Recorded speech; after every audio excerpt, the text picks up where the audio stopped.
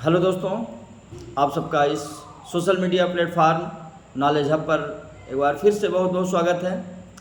कुछ व्यवधान के कारण इस बीच में कंटिन्यू नहीं रह पाया, उसके लिए मैं क्षमा प्रार्थी हूँ। आज फिर से आप लोगों के बीच में एक संविधान से जुड़े हुए बहुत ही महत्वपूर्ण तथ्य के साथ आप लोगों के बीच उपस्थित हो रहा हूँ। इस बीच हम लोग केंद्र राज्य संबंध को लेकर चर्चा कर रहे हैं, जिसमें देखा गया कि भारत में पहली बार 1967 में जब कुछ राज्यों में सरकारों में परिवर्तन हुआ और परिवर्तन होने के बाद केंद्र और राज्य के बीच खींचतान स्पष्ट रूप से दिखाई दी और एक नई बहस छिड़ गई कि क्या राज्यों के पास जो संवैधानिक अधिकार हैं, जो संघीय व्यवस्था के तहत राज्य सूची, समवर्ती सूची और संघीय सूची का निर्धारण किया गया है, क्या वो सारी चीज़ें किनारे कर दी गई हैं? क्या जो केंद्र में सत्ता है उसी के इशारे पर राज्य सरकारें चलेंगी तभी उनका अस्तित्व रहेगा? यदि उनके इशारे पर नहीं चलती हैं, उनके निर्देशों का पालन नहीं करती हैं, तो उनके लिए संविधान कोई मायने नहीं रखता है। एक बहुत बड़ा मुद्दा था और 1967 में जब जो उस समय का तत्कालीन मद्रास था, वहाँ पर डीएमके की सरकार बनती है, अन्नादुरई जी वहाँ के मुख्यमंत्री बनते हैं, तो खींचतान तो उसी समय से शुरू हो जाती है, क्योंकि पहला ये अवसर था जबकि कुछ ऐसे नेता आए जिनके नेतृत्व में कांग्रेस को उन लोगों ने बड़ी चुनौती दी और जिसको उस समय के जो कांग्रेस के नेता थे उसको सहज भाव में नहीं ले पाए और असहज स्थिति उत्पन्न हुई। अन्नादुरई जी की जल्दी ही मृत्यु हो जाती है। उसके तुरंत बाद तमिलनाडु के मुख्यमंत्री के रूप में उनके शिष्य या उनके साथी एम करुणानिधि जी मुख्यमंत्री की शपथ लेते हैं और अपने कार्यों का संचालन शुरू करते हैं। लेकिन अब अन्नादुरई के बाद भी तमिलनाडु की जो सरकार है वो स्वायत्तता चाहती है। वो चाहती है कि जो संविधान के तहत हमको अधिकार मिले, हमको उन्हें प्रयोग करने दिया जाए, किसी भी प्रकार का दबाव ना बनाया जाए। लेकिन एक लंबे समय तक एक आधिपत्य था एक ही पार्टी का और स्वायत्तता के नाम पर असहज स्थिति उत्पन्न हो रही थी। इंदिरा गांधी जी उस समय कांग्रेस की बड़ी नेता थी, प्रधानमंत्री भी रही थी और उस चुनाव में गिरावट तो आई लेकिन फिर प्रधानमंत्री बनी। उनके बीच जो उनकी विरोधी सरकारें थी, जो दूसरे दलों की सरकारें थी, उनकी बन नहीं रही थी और लगातार केंद्र और राज्य के बीच टकराहट दिखाई पड़ रही थी। तो तमिलनाडु का जो राज्य था, तमिलनाडु राज्य था, वहाँ पर ये मुद्दा बहुत गर्म था और करुणानिधि जी आए और उन्होंने 22 सितंबर 1969 को क्या करते हैं, वो राज्यों को अधिक से अधिक स्वायत्तता दिलाने के लिए मद्रास हाई कोर्ट के पूर्व मुख्य न्यायाधीश पीवी राजमन्नार जी, जो कि 1948 से 1961 तक वहाँ के चीफ जस्टिस रहे थे, उनकी अध्यक्षता में ए लक्ष्मण मुदालियर, जिनके नाम पर बाद में मुदालियर आयोग, शिक्षा आयोग बना, एक शिक्षाविद के रूप में उनको रखा गया। और जो तीसरे सदस्य थे पी चंद्र रेड्डी, वो भी मद्रास हाई कोर्ट के जज थे, बाद में वो भी चीफ जस्टिस मद्रास के हाई कोर्ट के बने थे। इन तीनों सदस्यों के माध्यम से जो रिपोर्ट तैयार की गई, उस रिपोर्ट को मई 1971 में प्रस्तुत किया गया और ये जब रिपोर्ट केंद्र सरकार के पास प्रस्तुत की गई, इस रिपोर्ट को केंद्र सरकार ने सिरे से खारिज कर दिया।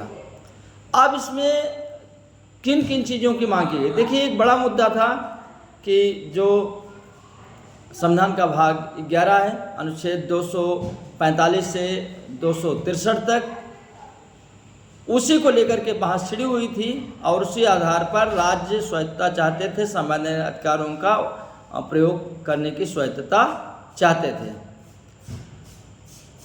एक तो था कि जो अनुच्छेद 356 है, जिसका प्रयोग अगर कहिए तो केरल में 1959 में किया जा चुका था, उसको लेकर के एक बहस छिड़ी हुई थी कि इसका प्रयोग अनावश्यक रूप से न किया जाए। और इस कमेटी के माध्यम से एक संदेश दिया गया कि अनुच्छेद 356, 357 जिसमें निर्देश देती है केंद्र सरकार, और 356 में आप लोग जानते ही हैं कि संविधान विफल होने पर, संवैधानिक स्थिति खराब होने पर, वहाँ पर संविधान का पालन न होने पर राज्यपाल के द्वारा रिपोर्ट जाती है और वहाँ पर राष्ट्रीय शासन लागू कर दिया जाता है, ये था। और अनुच्छेद 365, तीनों को समाप्त करने की बात इसमें की गई थी, मांग की गई थी। जो अवशिष्ट सूची है, जिस पर अंततः केंद्र सरकार कानून बनाती है, उसको ये कहा गया कि इस जो सूची को क्या किया जाए, राज्यों को सौंप देना चाहिए। फिर ये कहा गया कि बहुत सारे जो समवर्ती के विषय हैं, समवर्ती सूची के विषय हैं, उनको राज्य सूची में स्थानांतरित कर देना चाहिए। और राज्यपालों की जो नियुक्ति है वो मुख्यमंत्री, संबंधित राज्य के मुख्यमंत्री से क्या करना चाहिए, सलाह मशविरे के बाद ही, उसके अप्रूवल के बाद भी वहाँ पर नियुक्त किया जाना चाहिए।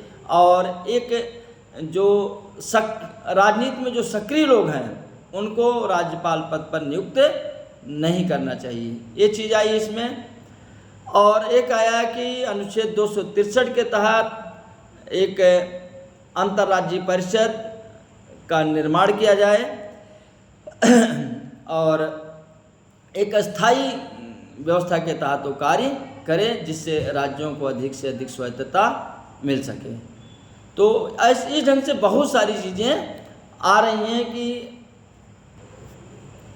इसी ढंग से देखिए तो जो अखिल भारतीय सेवाएं हैं, IAS, IPS, RFS, इसको लेकर के भी इस कमेटी ने अपनी रिपोर्ट दी कि इन तीनों सेवाओं को क्या करना चाहिए, समाप्त कर देना चाहिए, क्योंकि इनके माध्यम से जो केंद्र सरकार होती है वो एक ढंग से अपना आधिपत्य राज्यों पर स्थापित करती है, जो अपना उन्होंने एक परामर्श दिया, अपनी मांग इस आधार पर उन्होंने की। और योजना आयोग को लेकर के, वित्त आयोग को लेकर के भी यहाँ रिपोर्ट आती है कि योजना आयोग की जगह एक संवैधानिक निकाय बनाना चाहिए और वित्त आयोग को अधिक स्वायत्तता देनी चाहिए, जिससे राज्यों को ज़्यादा से ज़्यादा आर्थिक लाभ प्राप्त हो सके। तो ये कुछ चीज़ें थी जिनको लेकर के एम करुणानिधि ने कमेटी का गठन किया था। मैं अभी बताया कि इस कमेटी की जो रिपोर्ट आई थी, इंदिरा गांधी सरकार ने इसको सिरे से खारिज कर दिया। और लेकिन ये रिपोर्ट तो लागू नहीं हुई, लेकिन एक बहुत बड़ी बहस पूरे देश में, पूरे देश के राज्यों में छिड़ गई कि जो राज्यों को अधिकार मिले हुए हैं संविधान के तहत, क्या राज्य उनका पालन नहीं कर सकते? क्या जो केंद्र की सरकार है, अगर उससे हटकर किसी दूसरे दल की राज्य में सरकार है, तो क्या उसी केंद्र सरकार की जो गलत सही निर्देश है सबका उसको पालन करना पड़ेगा या संविधान का पालन करना पड़ेगा? और देखिए तो ये बहस छिड़ते छिड़ते 1981 में सरकार के आयोग का गठन भी किया जा रहा है। तो एम करुणानिधि की सरकार देखिए 1971 में गिर जाती है। उसके पीछे एक कारण था कि जो उनके एक दूसरे साथी थे एम जी रामचंद्रन जी, उनसे किसी बात पर नाराज़ होते हैं और 1971 में AIDMK बनाते हैं और केंद्र सरकार के पास शिकायत करते हैं कि 54 आरोप उन पर लगाते हैं और इन्हीं सब बातों को लेकर के केंद्र सरकार क्या करती है, उनको उनके पद से हटा देती है।